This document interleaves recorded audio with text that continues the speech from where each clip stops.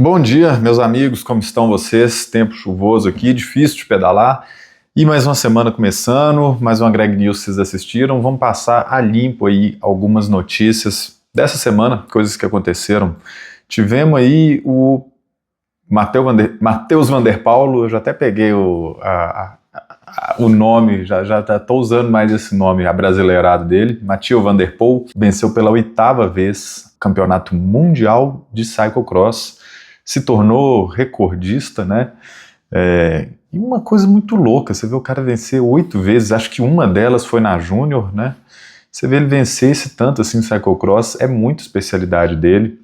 Daqui a pouco vai ter Paris-Roubaix, e provavelmente é ele que vai vencer, né? Vai ter o Pogačar lá querendo vencer, como queria muito no ano passado, mas é muito difícil bater o Van Der Poel ali, tá? Por mais que o Pogačar seja um monstro, é muito difícil bater ele na Paris-Roubaix e principalmente no cyclocross. Não tem ninguém para andar com ele no cyclocross de um nível que tá até sem graça, né?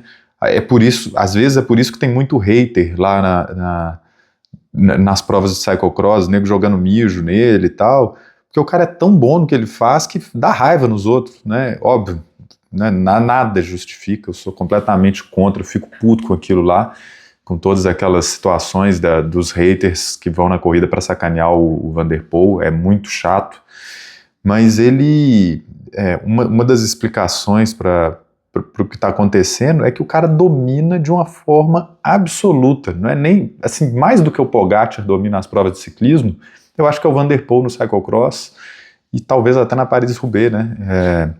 Acho que vai ser muito difícil o Pogačar bater ele na Paris-Roubaix, vamos ver se o Pogačar tem uma carta na manga aí, mas a questão é que essas 8 vitórias dele já colocam aí, ele mesmo falou sobre uma aposentadoria do cyclocross, porque não tem mais graça, não tem mais motivação, não tem o que fazer lá, né? Ele não falou com toda certeza, ele acabou a temporada aí falando assim, a próxima temporada de cyclocross ainda está longe, eu não preciso responder isso agora, mas ele já sinalizou que talvez essa tenha sido a última temporada dele, porque o cara já conquistou tudo que tinha jeito, tudo que podia. Na verdade, ele tá até tá deixando sem graça lá o cyclocross, porque os caras tudo, né, Tibonis, o Van Torenhol, os caras tudo ficam olhando, tipo, todo mundo contra o Van Der Poel, e mesmo assim não tem jeito de desbancar o cara, né, mas sou muito fã dele, né? É muito legal ver quando ele era lá um outsider, ele era um menino novo, começou a vencer nas provas e agora tá aí na mesma pegada, né? É muito massa.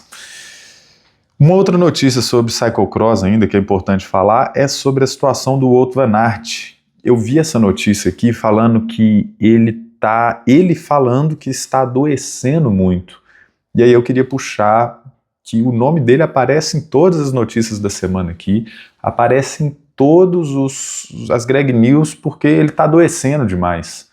Então, o Wout van Aert, desculpa, ele aparece aqui nas notícias porque ele está tomando muito tombo.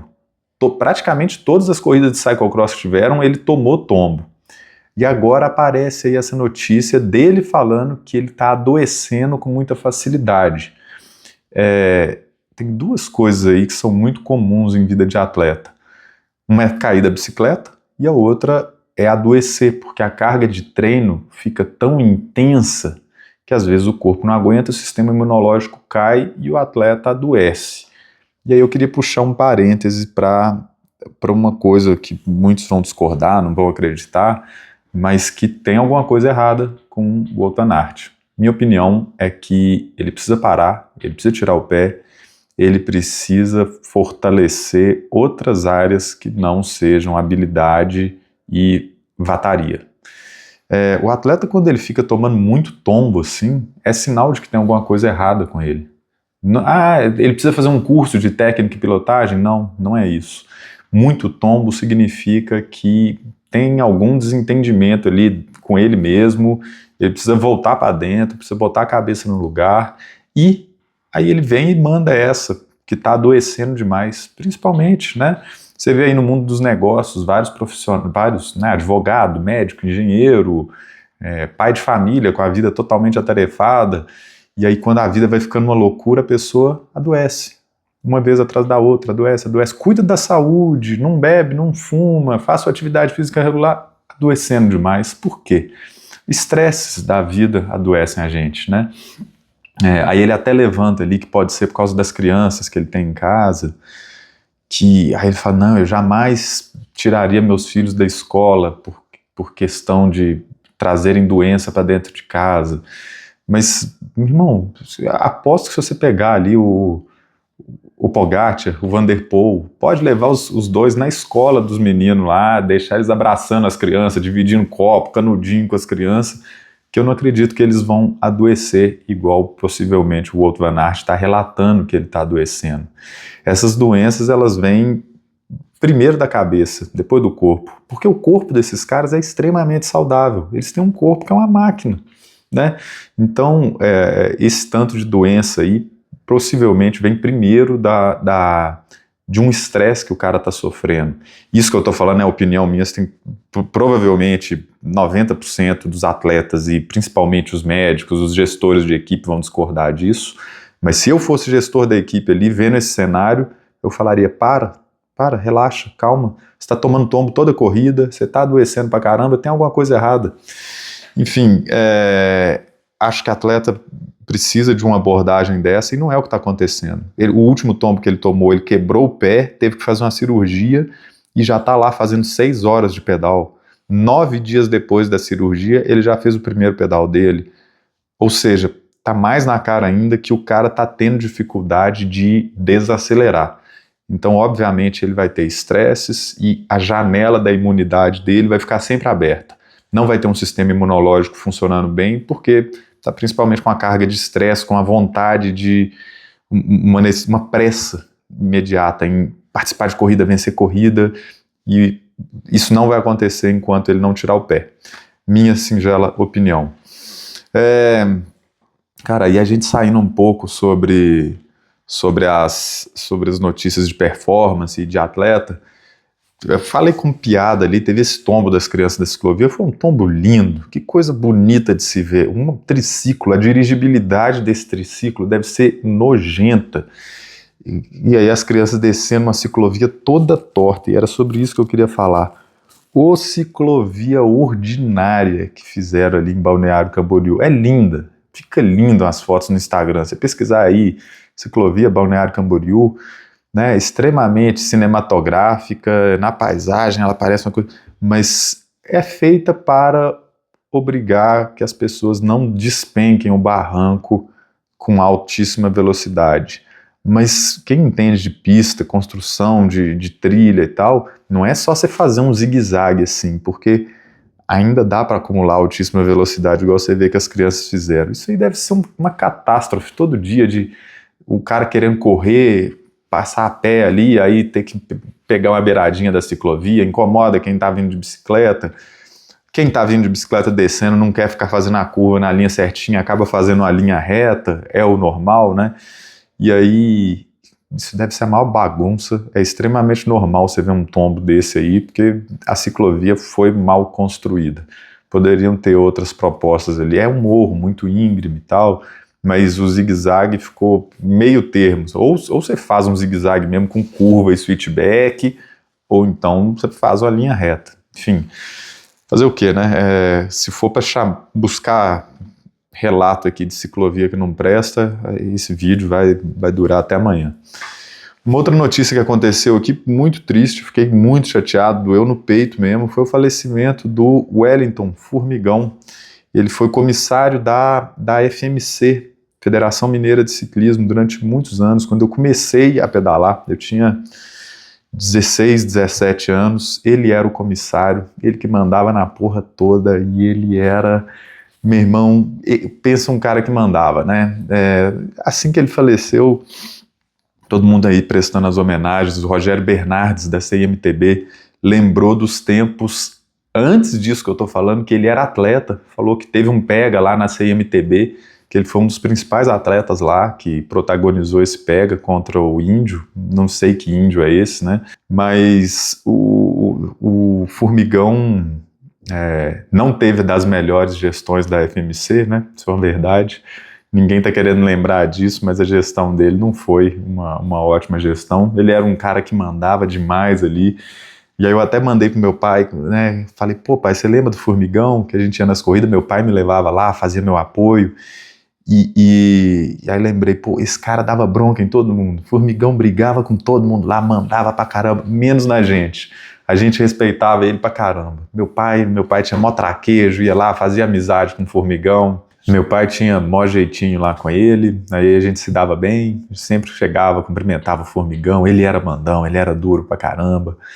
E a gente chegava lá, mó bom humor, tratava ele com o humor que precisava. E aí ele não pegava no meu pé. Eu lembro dele pegando no pé de muito atleta lá, mas comigo ele me tratava super bem lá, porque eu tratava ele bem também. Era legal isso. Meus sentimentos, a família, todos nós do mundo do ciclismo estamos sentidos por aqui também. Tem outras duas notícias aqui a nível Brasil, a nível Brasil e global, né, que é importante a gente discutir para entender o mercado da bicicleta, né? Um é que a Shimano Fest anunciou suas datas para o calendário, né, 20 a 23 de agosto. Mesmo lugar, Memorial da América Latina, em São Paulo, né, acho que já deve ter 10 anos que acontece ali.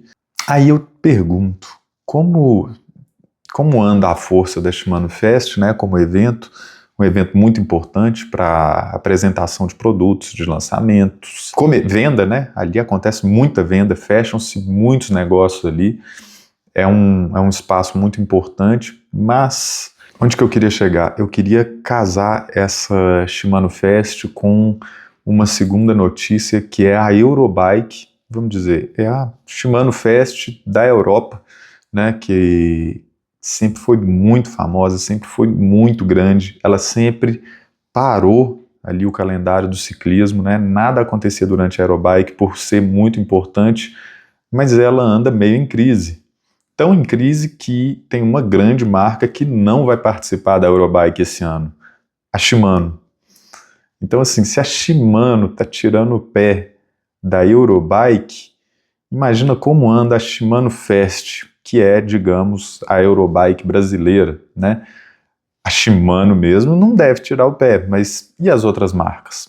Eu entendo que esses eventos de ciclismo, eles têm que tomar cuidado para não serem repetitivos.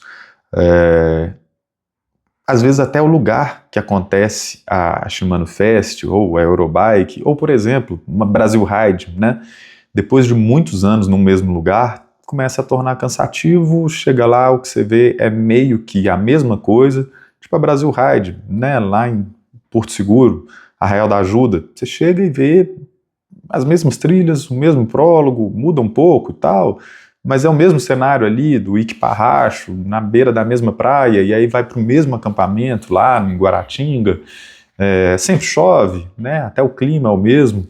Na Shimano Fest não é muito diferente, né? Eles já, depois de, sei lá, 10 anos organizando ali no Memorial da América Latina, eles já pegaram ali o jeito de usar o espaço, então quais são os lugares para deixar expositores de bicicleta, expositor de capacete, expositor de lojista, coisa de roupa, área de praça de alimentação, teste de bikes, tudo eles já aprenderam qual que é a melhor lógica, fazem isso da melhor forma, mas acaba deixando um pouco cansativo.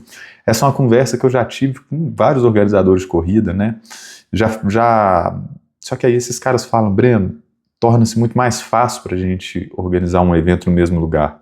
Né? A galera da cidade já conhece o evento, já disponibiliza Airbnb, restaurante que não abre no dia de domingo, eles passam a abrir só no domingo do nosso evento, né? Corrida de bicicleta e tal, e aí você vai construindo uma comunidade ali que funciona em cima daquilo, mas para quem frequenta, para quem vai para assistir, tal, começa a não ver novidade mais e aí vai meio que abandonando o barco aos poucos, né?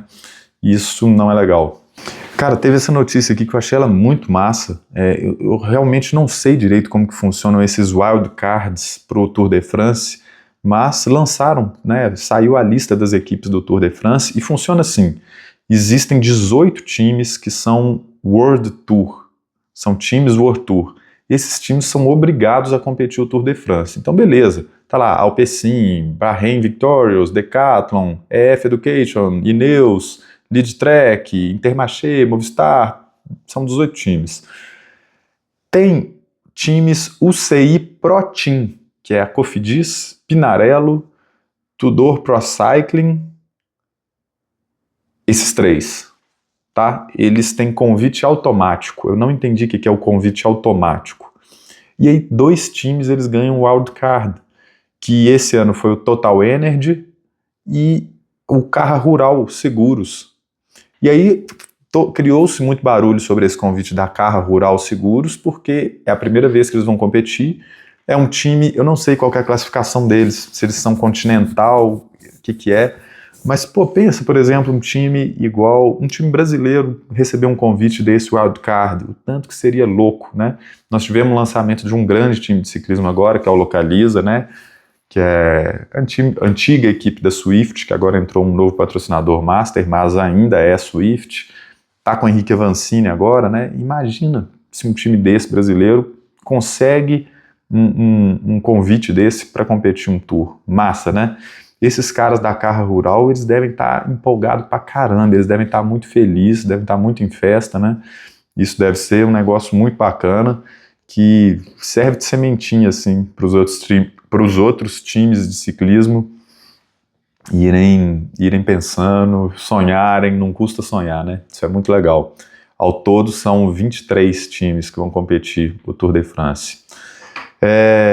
Uma outra notícia assim, que eu achei muito louca é que está tendo uma segunda ferramenta antidoping, e eu, por mais que eu seja a favor de todos os tipos de antidoping e de passaporte biológico, verificação e principalmente penas mais pesadas para quem for pego no doping, é que essa aqui eu não sou a favor, essa aqui eu sou contra esse tipo de fiscalização. Essa fiscalização seria um antidoping que os ciclistas seriam obrigados a disponibilizar todos os arquivos de medidor de potência deles para a Agência Internacional de Testes, ITA. Então, os caras basicamente teriam acesso à caixa preta dos atletas, que mostra todos os treinos deles e a potência que eles desenvolveram nos treinos e competições. E a partir dali, os fiscais teriam algum tipo de referência para falar, opa, existe aqui alguma anormalidade. Quem não deve, não teme, né? Por que ser contra uma medida dessa? Que é tão fácil, afinal todos os atletas usam medidor de potência hoje em dia, todos registram os seus treinos, todos os treinos ficam registrados. Por que a gente seria contra uma medida dessa, né? Número 1, porque esse tipo de anormalidade que pode aparecer lá, ela nem sempre é ela nem sempre diz muita coisa.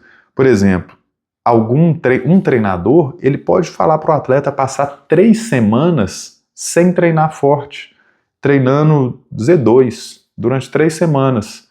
E aí, depois de 3 semanas, ele descansa uma e na 5ª semana, aí ele vai meter uma pancada e fazer um treino a 120%. Ali vai aparecer uma normalidade, vai aparecer uma potência que é totalmente desconfigurada, que ele não vai produzir, nem mesmo, talvez, não produza nem em corrida, né? Ao longo de um Tour de France ele não produz, mas e aí? Outra coisa,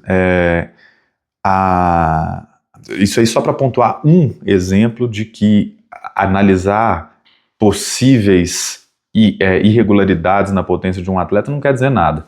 Outra coisa, o medidor de potência de um atleta é a caixa preta dele. Ali estão os segredos do treinamento dele. Então, às vezes, uma metodologia dessa de descansa uma semana, treina forte 2, descansa uma, ou descansa 2, 3 semanas, treina forte só uma, treina forte 3 semanas e descansa 2. Isso aí é a metodologia que os treinadores criam, vão testando para o atleta, vão fazendo a receita de bolo deles ali e falou, opa, encontrei algo que funciona. Esse é o meu segredo. Não vou deixar ninguém ficar sabendo disso. E outra coisa, eu entrevistei o Bravinho uma vez, por exemplo. Conversa vai, conversa vem. É mesmo, Bravinho, você bateu o conde, não sei onde. Deu média de quanto de potência? O Bravinho olhou, não posso falar. Eu já sabia que não podia falar. Sabia disso. Porque eu converso com esses atletas todos, os treinadores deles pedem para não falar qual que é a potência o normalized power deles, qual que é a potência máxima, não pode falar. Se você souber quanto que deu a média de potência de um atleta hoje, isso serve de base para você saber como que esse atleta vai chegar numa corrida amanhã.